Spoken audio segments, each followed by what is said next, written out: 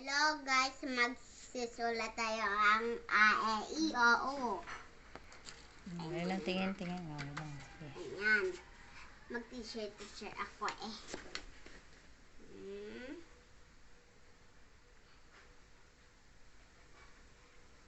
Ano yan?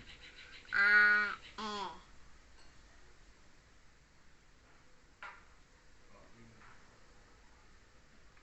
Ano yan?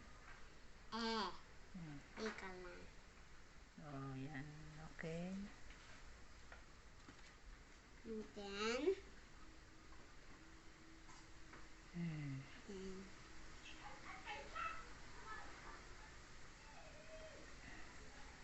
Ano yan? I,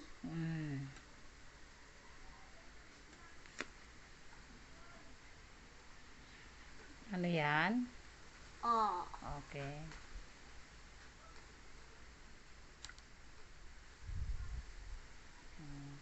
Basahin mo nga, baby. A, E, I, O, U. Oh, very good.